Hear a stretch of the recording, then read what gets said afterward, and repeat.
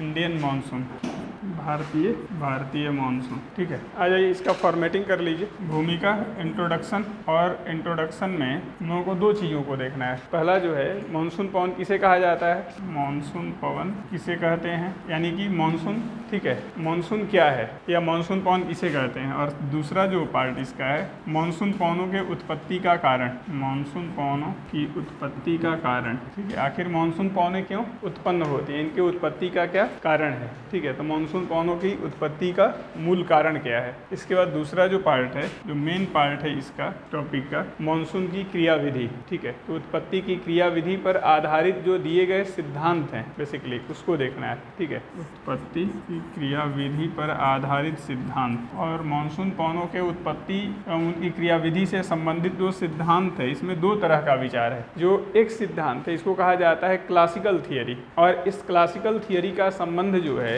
वो है तापीय संकल्पना से, थर्मल हाइपोथेसिस, तापीय संकल्पना, या इसी को कहा जाता है क्लासिकल सिद्धांत। ठीक है, और दूसरा जो यहाँ पे विचार है मानसून पवनों के उत्पत्ति का, उसको कहा जाता है, जो नवीन संकल्पना जो है उसको कहा जाता है जेट स्ट्रीम सिद्धांत। ठीक है, नवीन संकल्पना, और नवीन संकल्पना का संबंध जो है ये है जेट स्ट्रीम सिद्धांत से। क्या है, मेन हम लोगों को फोकस इसी सिद्धांत पे करना है, जेट स्ट्रीम सिद्धांत पर, कि जेट स्ट्रीम सिद्धांत क्या है। ठीक है, मेन जो फोकस हम लोगों का रहेगा वो इसी जेट स्ट्रीम सिद्धांत पर रहेगा। क्लियर हुआ। अब देखिए ये नवीनतम संकल्पना और जेट स्ट्रीम सिद्धांत क्या है इसको देखना है। इसको, ये जो कंसेप्ट है जेट स्ट्रीम सिद्धांत जो है ये एक आइडियल कंसेप्ट है। ठीक है, कि मानसून पवनों की उत्पत्ति एवं उसकी जो क्रियाविधि है, तो क्रियाविधि क्या है उसमें, मानसून पवनों के द्वारा भारतीय उपमहाद्वीप में कैसे कैसे वर्षा होती है। ठीक है, लेकिन आप देखते हैं कि मानसून पवनों के द्वारा होने वाली वर्षा की मात्रा में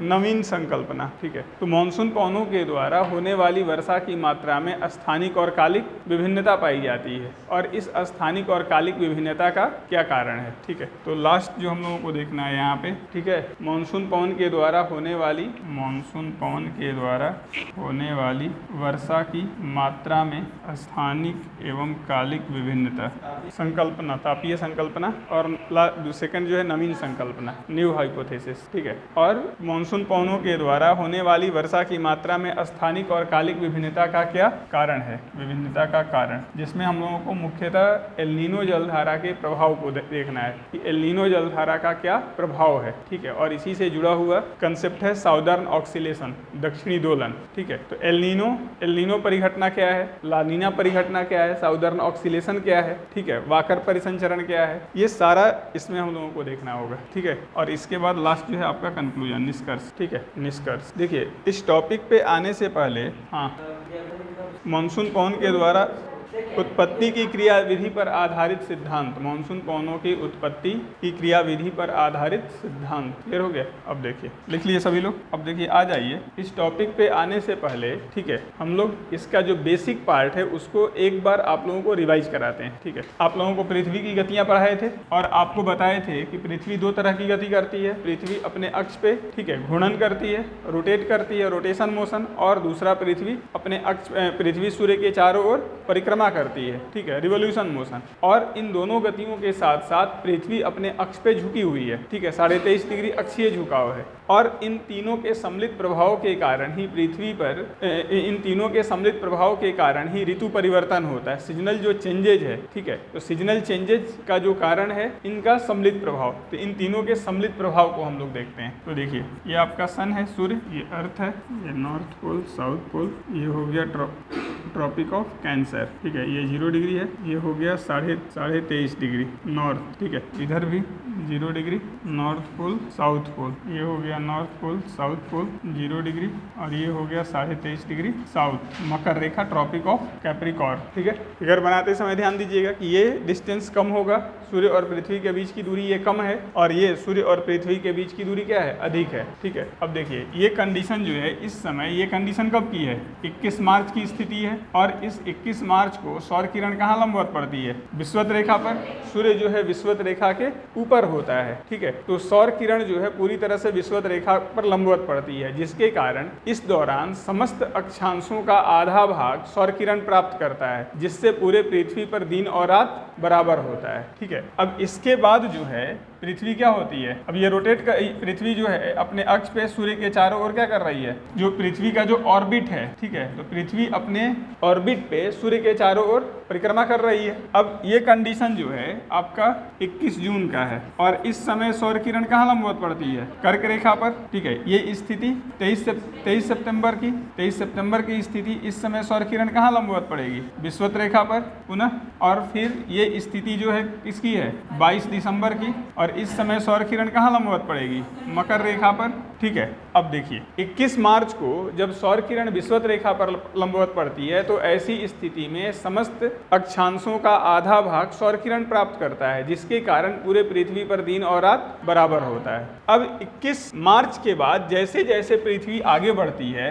वैसे वैसे सौर किरणों का क्या होता है, उत्तरायण होता है। सौर किरण का उत्तरायण होने का मतलब ये हुआ, सौर किरण के उत्तरायण से यहाँ तात्पर्य है कि सौर किरण जो है अब जो इक्वेटर पे लंबवत पड़ रही थी, अब ये सौर किरण कहाँ लंबवत पड़ेगी, ठीक है, नॉर्दर्न हेमिस्फीयर में लंबवत पड़ेगी, यानी कि 21 मार्च को सौर किरण यहाँ लंबवत पड़ी। 21 मार्च के बाद जैसे जैसे अब आगे बढ़ेंगे तो सौर किरण किधर, इक्वेटर के नॉर्थ में लंबवत पड़नी शुरू हो जाएगी, ठीक है। इक्वेटर के नॉर्थ के जो लैटिट्यूड हैं उन पे लंबवत पड़नी शुरू होगी, जिसके कारण उत्तरी गोलार्ध में दिन की अवधि में क्या होगी, वृद्धि होगी, यानी कि उत्तरी गोलार्ध में दिन जो है बड़ा होना शुरू होगा और दक्षिणी गोलार्ध में दिन की अवधि में कमी आएगी, यानी कि दक्षिणी गोलार्ध में दिन छोटा होना शुरू होगा। बड़ा होने का मतलब क्या है कि दिन जो है 12 घंटे से क्या होगा, अधिक का होगा, ठीक है, 12 घंटे से अधिक का होगा, लगभग ये 14 घंटे का, मैक्सिमम 14 घंटे का, तो 12 घंटे से दिन जो है यहाँ अधिक का होना शुरू हो जाएगा और दक्षिणी गोलार्ध में दिन जो है क्या होगा, 12 घंटे से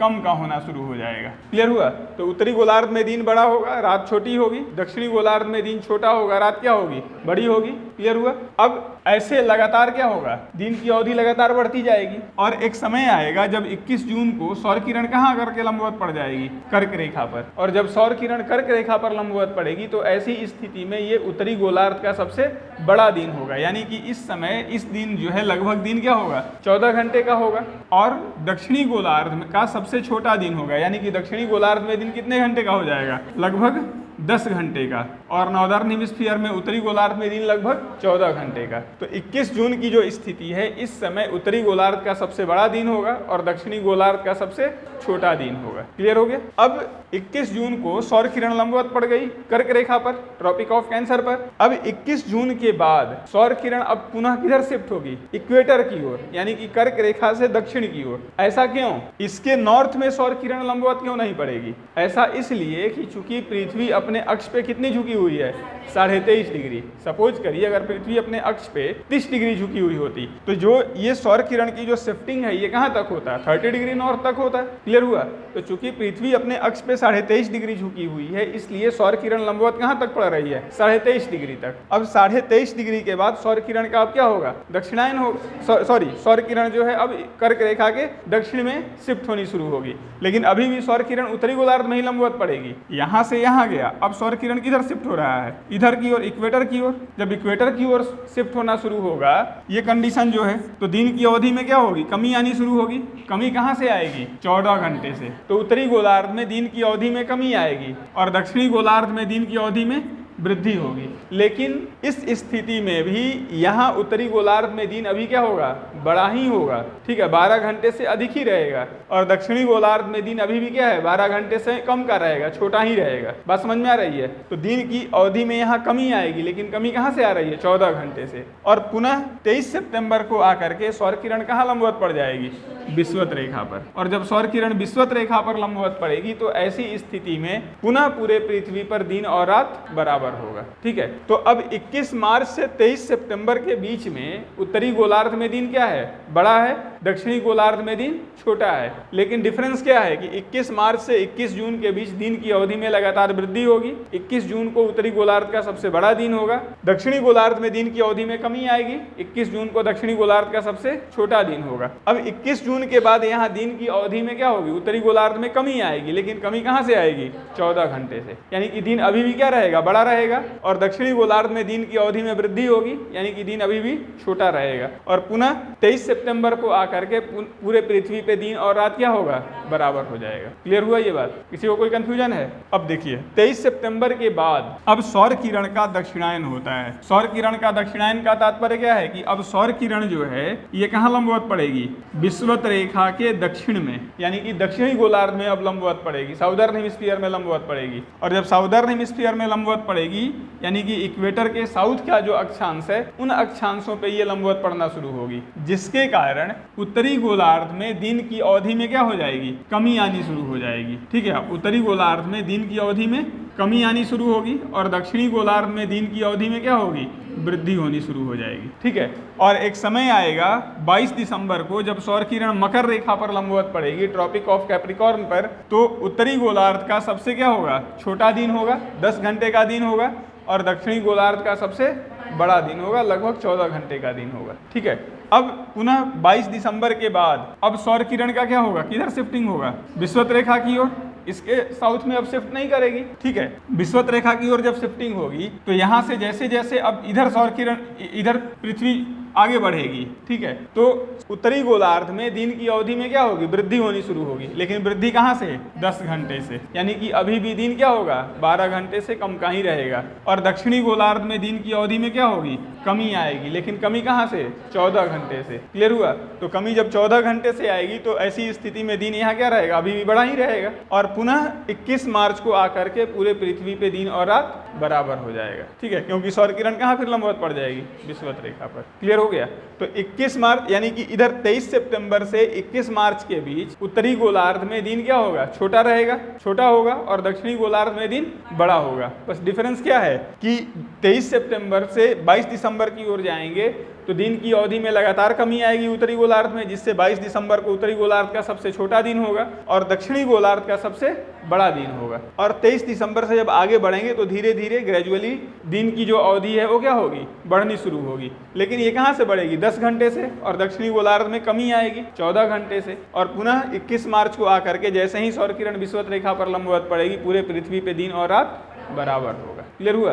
तो 21 मार्च और 23 सितंबर को पूरे पृथ्वी पे दिन और रात क्या होगा, बराबर होगा। दो ये डेट है, तो इन दो डेट पे 21 मार्च और 23 सितंबर को पूरे पृथ्वी पे दिन और रात बराबर होता है। जबकि 21 जून को उत्तरी गोलार्ध का सबसे बड़ा दिन और दक्षिणी गोलार्ध का क्या होगा, सबसे छोटा दिन होगा। और 22 दिसंबर को उत्तरी गोलार्ध का सबसे छोटा दिन और दक्षिणी गोलार्ध का सबसे बड़ा दिन होता है। अब देखिए ये 21 मार्च जो है इसको कहा जाता है इक्विनॉक्स, विषु। ठीक है, इसको हम लोग कहते हैं विषु, इक्विनॉक्स। ठीक है, इक्विनॉक्स। अब देखिए 21 जून की स्थिति जो है, अब चूंकि यहाँ देखिए जैसे जैसे हम लोग इधर बढ़ रहे हैं तो नॉर्दर्न हेमिस्फीयर में दिन की अवधि में क्या हो रही है, वृद्धि हो रही है। ठीक है, दिन की अवधि बढ़ रही है। क्योंकि आपके लिए एनर्जी का सबसे मुख्य सोर्स कौन है, सूर्य है। पृथ्वी के लिए ऊर्जा का सबसे महत्वपूर्ण स्रोत सूर्य है। तो ऐसी स्थिति में जैसे जैसे दिन की अवधि बढ़ेगी आपको प्राप्त होने वाली सौर ऊर्जा की मात्रा क्या होगी, बढ़ती जाएगी। और जैसे जैसे प्राप्त होने वाली सौर ऊर्जा की मात्रा बढ़ेगी टेम्परेचर क्या होगा, इंक्रीज करेगा। ठीक है, तो इस समय आपके यहाँ नॉर्दर्न हेमिस्फीयर में बसंत ऋतु होता है। ठीक है, और दक्षिणी गोलार्ध में साउदर्न हेमिस्फीयर में शरद ऋतु होता है। यानी कि आपके यहाँ ग्रेजुअली क्या हो रहा है, टेम्परेचर इंक्रीज कर रहा है। साउदर्न हेमिस्फीयर में दिन की अवधि में क्या हो रही है, कमी आ रही है, तो टेम्परेचर क्या होगा, ग्रेजुअली डिक्रीज करेगा। ठीक है, तो बसंत और शरद जो है ये दोनों जो ऋतुएं हैं ये ट्रांजिशन फेज है। ठीक है, जब शीत ऋतु का प्रभाव समाप्त होता है और ग्रीष्म ऋतु का आगमन होता है, ठीक है, तो उसके बीच का जो ट्रांजिशन फेज है उसको कहा जाता है बसंत। और जब ग्रीष्म ऋतु का प्रभाव समाप्त होता है और शीत का आगमन होता है तो उस ट्रांजिशन फेज को कहा जाता है शरद। क्योंकि टेम्परेचर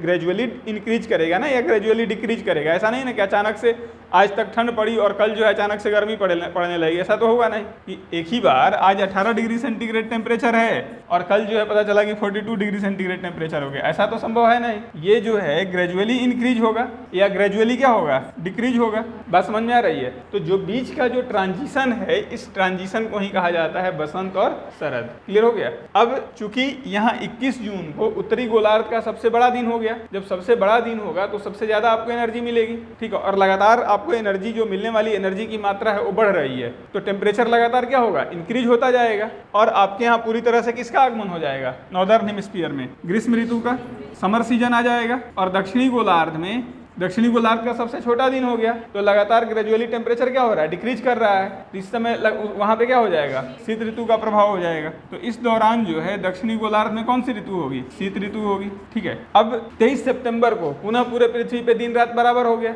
अब यहाँ के बाद इसीलिए आप देखिएगा कि आपके यहाँ मैक्सिमम टेम्परेचर कब रिकॉर्ड होता है, जून के लास्ट जुलाई में जाकर के। ठीक है, जून लास्ट या जुलाई जो है, अगर एवरेज टेम्परेचर की बात किया जाए तो अगर सबसे गर्म महीना जो है वो आपका जुलाई और अगस्त का है, इसीलिए ग्रीष्म ऋतु का वो समय है। बात समझ में आ गई। अब यहाँ पर आएंगे 23 सितंबर के बाद उत्तरी गोलार्ध में दिन की अवधि में क्या होगी, कमी आएगी, तो आपका टेम्परेचर अब डिक्रीज होना शुरू हो जाएगा। ठीक है, तो ग्रीष्म का धीरे धीरे प्रभाव कम होगा, ठंड का आगमन होना शुरू होगा। तो आपके यहाँ कौन सी ऋतु हो जाएगी, शरद ऋतु हो जाएगी। और दक्षिणी गोलार्ध में टेम्परेचर इंक्रीज करेगा तो बसंत ऋतु हो जाएगी। और 22 दिसंबर को सबसे छोटा दिन आपका हो गया। जब 22 दिसंबर सबसे छोटा दिन हो गया, टेम्परेचर ठीक है, आपको मिलने वाली एनर्जी की मात्रा सबसे कम, पूरी तरह से शीत ऋतु का प्रभाव हो जाएगा। तो नॉर्दर्न हेमिस्फीयर में कौन सी ऋतु हो जाएगी, शीत ऋतु। और साउदर्न हेमिस्फीयर में पूरी तरह से क्या होगा, ग्रीष्म ऋतु। ठीक है, तो साउदर्न हेमिस्फीयर में पूरी तरह से ग्रीष्म ऋतु का प्रभाव होगा। अब समझिए इस बात को, 21 मार्च की जो स्थिति है इसको कहा जाता है विषु।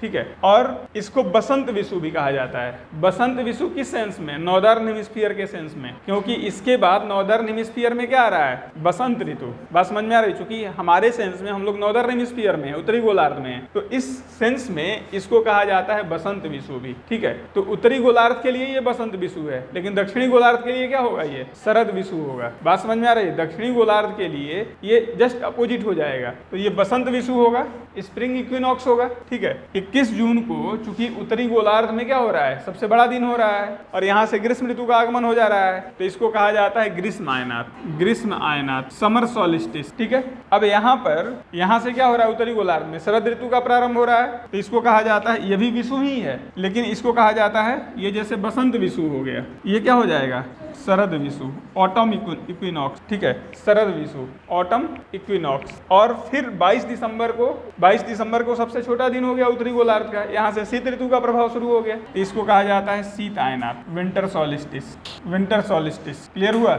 ये सभी किसके रेस्पेक्ट में है, नॉर्दर्न हेमिस्फीयर के रेस्पेक्ट में है। साउदर्न हेमिस्फीयर के रेस्पेक्ट में जब हम सोचेंगे तो ये जस्ट क्या हो जाएगा, अपोजिट। दक्षिणी गोलार्ध के लिए ये हो जाएगा शरद विषु, ये क्या हो जाएगा, शीत आयनात, ये हो जाएगा बसंत विषु, और ये क्या हो जाएगा, ग्रीष्म आयनात। ये बात क्लियर हुआ सबको कि किसी को डाउट है। अब आप लोग बताइए कि इस समय जून से लेकर के सितंबर के बीच उत्तरी गोलार्ध में ग्रीष्म ऋतु है, आप नॉर्दर्न हेमिस्फीयर में रहते हैं, और आपके यहाँ कौन सी ऋतु होती है, वर्षा ऋतु बोलते हैं ना, वर्षा ऋतु। वर्षा होती है इस दौरान, जून से सितंबर के मध्य आपके यहाँ भारतीय उपमहाद्वीप में वर्षा होती है, और आप इसको सामान्यतः बोलचाल की भाषा में वर्षा ऋतु कहते हैं, बोलते हैं। अब देखिए, बेसिकली ये वर्षा ऋतु नहीं है, ऋतु कोई वर्षा की नहीं है। ठीक है, वर्षा ऋतु हम लोग बोलचाल की भाषा में बोलते हैं कि वर्षा ऋतु है, बेसिकली ये ग्रीष्म ऋतु है। और मॉनसूनी भारत जो है ये मॉनसूनी जलवायु प्रदेश में अवस्थित है, तो मॉनसूनी जलवायु प्रदेश की ये जो एक सबसे महत्वपूर्ण विशेषता है कि ग्रीष्म ऋतु के समय वहाँ वर्षा होती है। मैक्सिमम जो वर्षा है वो ग्रीष्म ऋतु के दौरान होती है, और इसीलिए हमारे यहाँ मॉनसूनी जलवायु प्रदेश में, मॉनसूनी जलवायु प्रदेश होने के कारण या मॉनसूनी जलवायु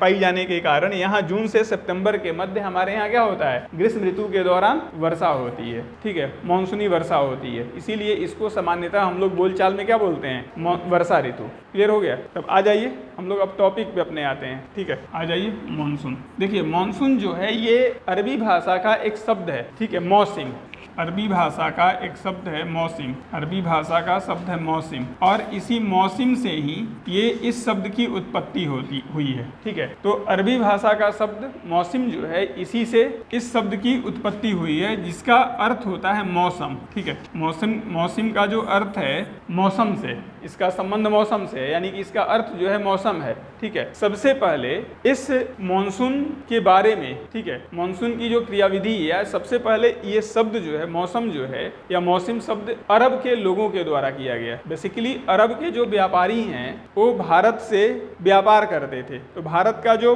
पश्चिमी तट है, तो भारत के पश्चिमी तट से ये व्यापार करते थे। अब उन लोगों ने ये महसूस किया कि एक समय में ग्रीष्म ऋतु के समय, ठीक है, ग्रीष्म ऋतु के समय समय जब वो अरब से भारत की ओर आते हैं, भारत के पश्चिमी तट की ओर आते हैं, तो हवाओं की दिशा जो है वो बिल्कुल क्या है, डिफरेंट है। हवाएं जो चल रही हैं वो स्थलीय जलीय भाग से स्थलीय भाग की ओर चलती हैं, यानी कि जो अरबियन सी है, इस अरबियन सी से हवाएं भारतीय उपमहाद्वीप की ओर चलती हैं। ठीक है, भारतीय उपमहाद्वीप की ओर हवाएं चलती हैं इस अरबियन सी से। और शीत ऋतु के समय जो यही पवनों की दिशा क्या हो रही है, जस्ट उल्टी हो जा रही है। पवन जो है स्थलीय भाग से किधर आ रही है, भारतीय उपमहाद्वीप से अरबियन सी की ओर चलती है। ठीक है, और इसी को सबसे पहले जो अवलोकन किया अरब के लोगों ने किया, अरब के व्यापारियों ने किया। ठीक है, और इस जो मौसम में परिवर्तन के साथ जो चलने वाली पवन है, इस पवन की दिशा में जो परिवर्तन है, इसी के लिए इन लोगों ने मौसम शब्द का उपयोग किया। ठीक है, मौसम शब्द का उपयोग किया।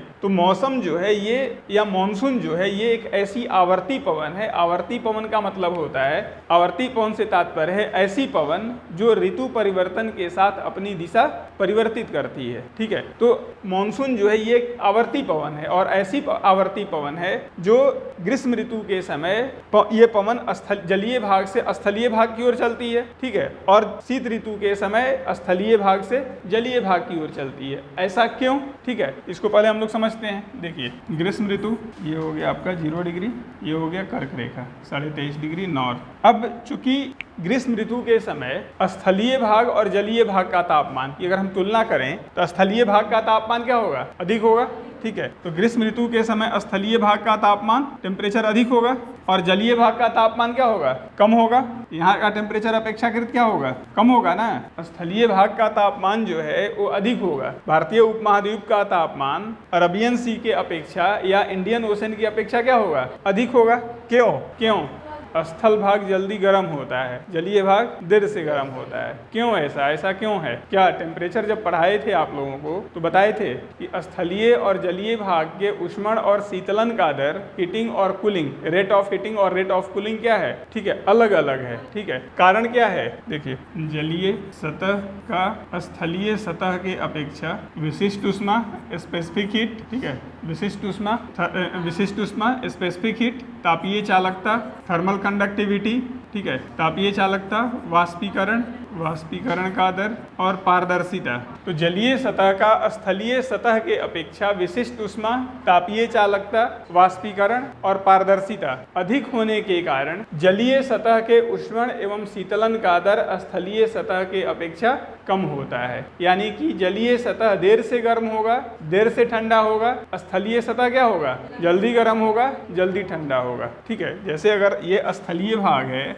और ये जलीय भाग है, वाटर बॉडी है, जलीय भाग से यहाँ स्पेशली किससे संबंध है, ओशन से। ठीक है, सी या ओशन। अब ये स्थलीय विशिष्ट ऊष्मा यानी कि 1 यूनिट टेम्परेचर को इंक्रीज करने के लिए या 1 डिग्री सेंटीग्रेड टेम्परेचर को इंक्रीज करने के लिए जितनी हीट एनर्जी की आवश्यकता होती है, जितनी एनर्जी की आवश्यकता होती है, उसी को हम लोग क्या कहते हैं, स्पेसिफिक हीट कहते हैं। तो इस स्थलीय भाग के टेम्परेचर को 1 डिग्री टेम्परेचर को इंक्रीज करने के लिए जितनी एनर्जी यहाँ चाहिए उससे अधिक एनर्जी क्या चाहिए, जलीय भाग को चाहिए। अब चूंकि सूर्य से एनर्जी तो दोनों को समान रूप से मिल रहा है, स्थलीय भाग को भी और जलीय भाग को भी। सूर्य से जो एनर्जी मिल रही है ये एनर्जी दोनों को क्या हो रही है, समान रूप से मिल रही है, लेकिन इसका स्पेसिफिक हीट जो है कम है, इसका स्पेसिफिक हीट ज्यादा है। मान लेते हैं कि जैसे 1 डिग्री टेम्परेचर को इंक्रीज करने के लिए स्थलीय भाग को 100 यूनिट एनर्जी की आवश्यकता होती है, तो जलीय भाग को 110 यूनिट एनर्जी की आवश्यकता। एग्जाम्पल के लिए मैं समझा रहा हूँ, ठीक है, एग्जाम्पल लेते हैं समझने के लिए। तो अगर 110 यूनिट और यहाँ 100 यूनिट की जरूरत पड़ रही है, अब सूर्य से जो एनर्जी आ रही है मान लेते हैं 100 यूनिट यहाँ भी आ रही है, 100 यूनिट यहाँ भी आ रही है, तो यहाँ 1 डिग्री टेम्परेचर इंक्रीज कर जाएगा, यहाँ 1 डिग्री टेम्परेचर इंक्रीज करेगा नहीं,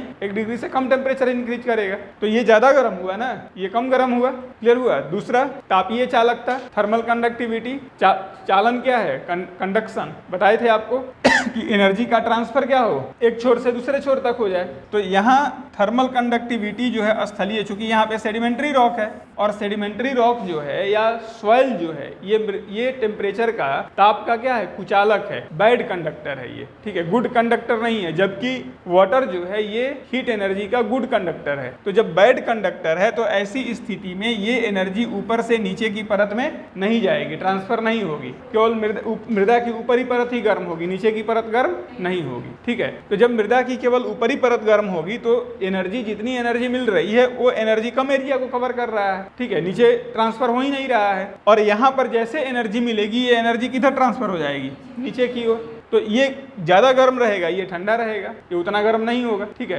तीसरा पारदर्शिता। ठीक है, पारदर्शिता, ये अपारदर्शी सतह है तो सन रे इसमें अंदर तक प्रवेश नहीं करेगी। ये पारदर्शी सतह है, सन रे क्या होगी, अंदर तक प्रवेश करेगी, सन रे ज्यादा एरिया को कवर करेगी। तो जब सन रे ज्यादा एरिया को कवर करेगी तो पर यूनिट एरिया में मिलने वाली एनर्जी की मात्रा क्या होगी, कम हो जाएगी। और चौथा जो सबसे इंपॉर्टेंट है आपका ये वाष्पीकरण का दर, तीसरा। ठीक है, तो यहाँ पर स्थलीय भाग पर टेम्परेचर अगर इंक्रीज होगा तो टेम्परेचर इंक्रीज होता जाएगा, वाष्पीकरण नहीं होगा। लेकिन जलीय सतह पर एक लिमिट के बाद जैसे ही टेम्परेचर इंक्रीज करेगा वहां पे जो वाटर है, ठीक है, ये किस में कन्वर्ट होगा, वाटर वेपर में। ठीक है, जल जो है वो जलवाष्प में परिवर्तित होना शुरू हो जाएगा, और जल जब जलवाष्प में परिवर्तित होगा तो ऐसी स्थिति में जब यहाँ इवोपरेशन शुरू हो जाएगा तो इवोपरेशन के द्वारा यहाँ पे क्या होगा, जो सेंसेबल हीट है वो किस में परिवर्तित होगा, लेटेंट हीट में। ठीक है, जो संवेदनशील उष्मा है वो गुप्त उष्मा में परिवर्तित होकर के कहाँ चली जाएगी, एटमॉस्फेयर में। ठीक है, तो जो एनर्जी यहाँ मिल रही है वो एनर्जी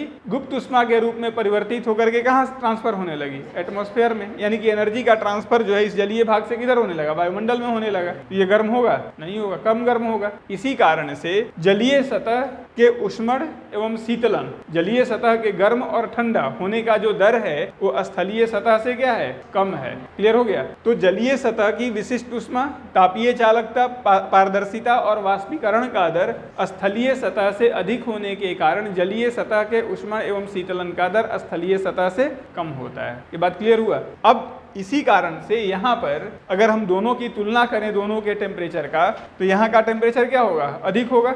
यहाँ जलीय भाग का टेम्परेचर क्या होगा, कम होगा। जब टेम्परेचर यहाँ अधिक होगा तो यहाँ पे क्या बनेगा, लो प्रेशर बनेगा ना। इस पूरे रीजन में लो प्रेशर एरिया क्रिएट हो जाएगा। ठीक है, जो भारत का उत्तरी मैदान का जो क्षेत्र है वहाँ पे लो प्रेशर एरिया क्रिएट होगा, और यहाँ पे क्या होगा, अपेक्षाकृत हाई प्रेशर रहेगा, अपेक्षाकृत हाई प्रेशर होगा। यानी इन दोनों की तुलना हम कर रहे हैं। बात समझ में आ रही है। अभी देख लीजिए, अभी क्या हो रहा है, आपके यहाँ लू चल रहा है, दोपहर के समय आप देखिए कितनी तेज हवा चल रही है। कारण क्या है, वायु गर्म हुई और गर्म होकर के ऊपर उठना शुरू हो गई, लो प्रेशर एरिया क्रिएट हुआ। जब लो प्रेशर एरिया क्रिएट होना शुरू हुआ तो आसपास की हवाएं क्या हुई, तेजी से उस एरिया को कवर कर रही हैं, जिसके कारण वहां क्या हो रहा है, हवाएं तेजी से चल रही हैं। ठीक है, जैसे जैसे आप देखिएगा दिन चढ़ेगा, हवा की स्पीड जो है, पवन की स्पीड क्या होगी, बढ़ती चली जाएगी, और जैसे जैसे दिन ढलना शुरू होगा पवन की स्पीड क्या होगी, स्लो होती चली जाएगी। बात समझ में आ रही है। इसलिए देखिएगा दोपहर के समय बहुत तेज हवा चलेगी और शाम होते होते हवा क्या होगी, लगभग शांत हो जाएगी। शुष्क पवन है बिल्कुल। लू जो है ये गर्म और शुष्क पवन है। ये क्लियर हुआ। तो अब यहाँ हाई प्रेशर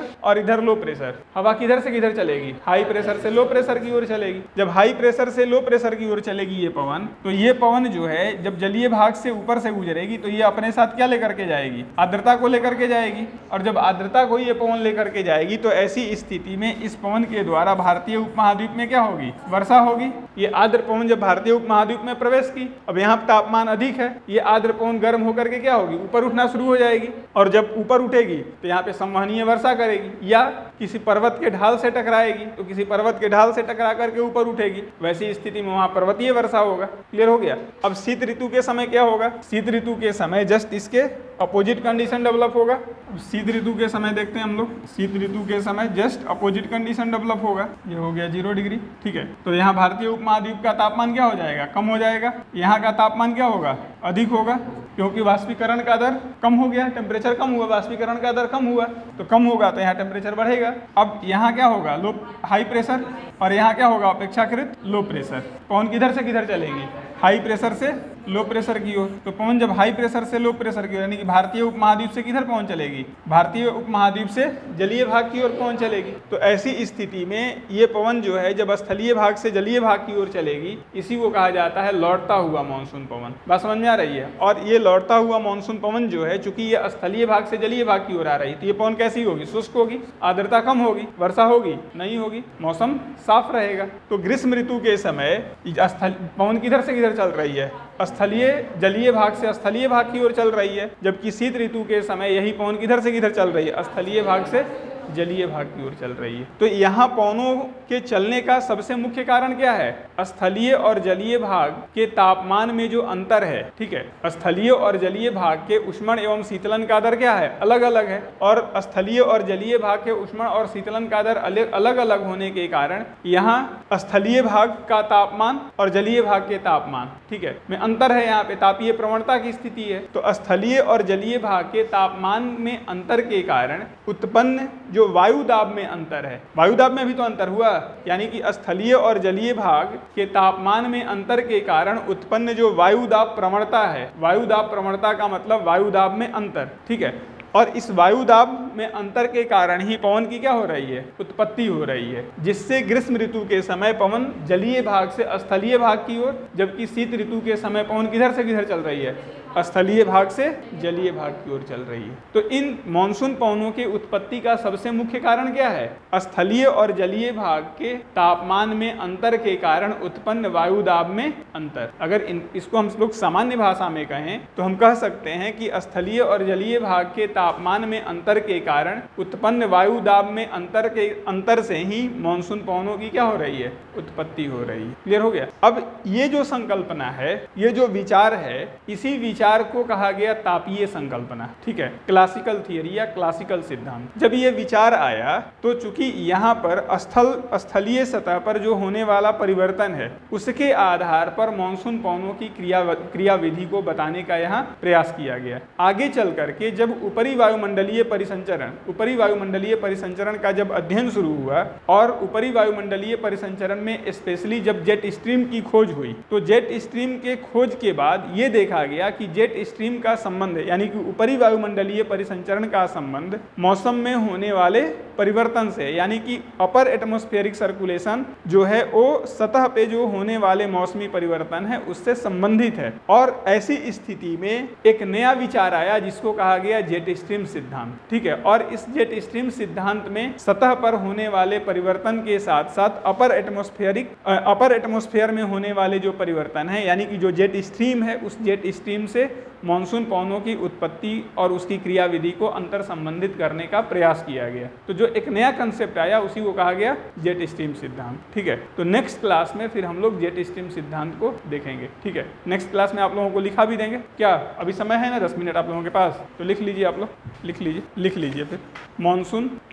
मानसून एक ऐसी आवर्ती पवन है, मानसून एक ऐसी आवर्ती पवन है जिसकी दिशा में परिवर्तन, मानसून एक ऐसी आवर्ती पवन है जिसकी दिशा में परिवर्तन ऋतु परिवर्तन के साथ, जिसकी दिशा में परिवर्तन ऋतु परिवर्तन के साथ, जिसकी दिशा में परिवर्तन ऋतु परिवर्तन के साथ जलीय एवं स्थलीय सतह के विभिन्न ऊष्मण के कारण, जलीय एवं स्थलीय सतह के विभिन्न ऊष्मण के कारण, जलीय एवं स्थलीय सतह के विभिन्न ऊष्मण के कारण स्थलीय एवं जलीय सतह, क्या लिखे लास्ट सेंटेंस पढ़ी, विभिन्न ऊष्मण के कारण उत्पन्न वायु दाब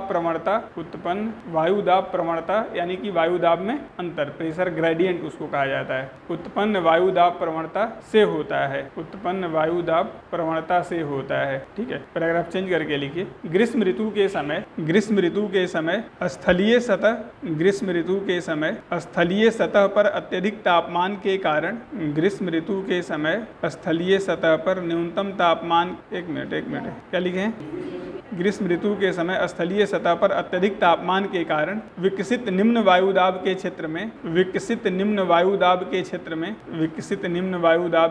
में अत्यधिक तापमान के कारण विकसित निम्न वायुदाब के क्षेत्र में संलग्न जलीय सतह से वायु का अभिसरण होता है, संलग्न जलीय सतह से वायु का अभिसरण होता है, यानी कि ये वायु क्या हो रही है, इस जो जलीय सतह इससे किधर अभिसरित हो रही है? स्थलीय सतह की ओर, ठीक है। जलीय सतह से वायु का अभिसरण होता है, जबकि शीत ऋतु के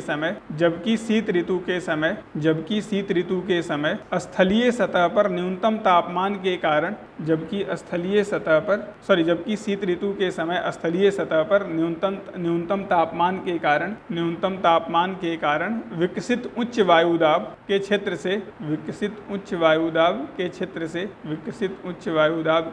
से संलग्न जलीय सतह की ओर वायु का अपसरण होता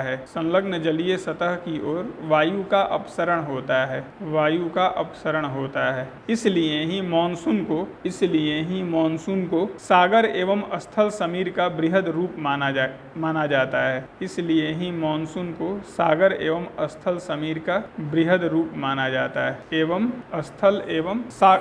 सागर एवं स्थल समीर में यानी पवन, विंड, सागर एवं स्थल समीर का बृहद रूप माना जाता है। ठीक है, जैसे स्थलीय पवन और जलीय पवन, सागरीय पवन। स्थलीय पवन का मतलब क्या हुआ कि ऐसी पवन जो स्थलीय भाग से चल रही है, उसकी उत्पत्ति कहाँ हो रही है? स्थलीय भाग से जलीय भाग की ओर चल रही है, उसको कहा जाता है स्थलीय पवन। और जलीय पवन या सागर समीर यानी कि जो पवन की कहाँ से उत्पन्न हो रही है? जलीय सतह से। ठीक है, सागर से उत्पन्न हो रही है और कहाँ जा रही है? स्थलीय भाग की ओर। ठीक है, तो सागर एवं स्थल समीर का बृहद रूप माना गया है। यही तो हो रहा है यहाँ। एक बार पवन जो है जलीय भाग से स्थलीय भाग की ओर चल रही है, एक बार स्थलीय भाग से जलीय भाग की ओर चल रही है। तापीय कारण या विभिन्न उष्मण के द्वारा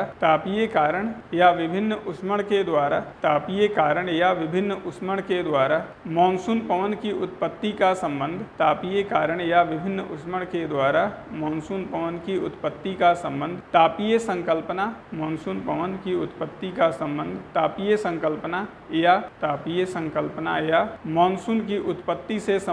तापीय संकल्पना या मॉनसून की उत्पत्ति से संबंधित क्लासिकल सिद्धांत से है। क्लियर हो गया? तो ये था आपका अभिसरण का मतलब होता है वायु का नजदीक आना, और अपसरण का मतलब होता है पवन का दूर जाना। यहाँ अभिसरण का मतलब कि ये, और अपसरण का मतलब ये। यहाँ पवन क्या हो रही है? जलीय भाग से किधर आ रही है? स्थलीय भाग की ओर, ये अभिसरण है। और यहाँ स्थलीय भाग से इधर कहाँ जा रही है? दूर जा रही है, ये अपसरण। क्लियर हो गया? चलिए फिर, ठीक है, कन्वर्जिंग और डाइवर्जिंग। ठीक है, चलिए फिर कल हम लोग मिलते हैं, कल इसके आगे कंटिन्यू करेंगे।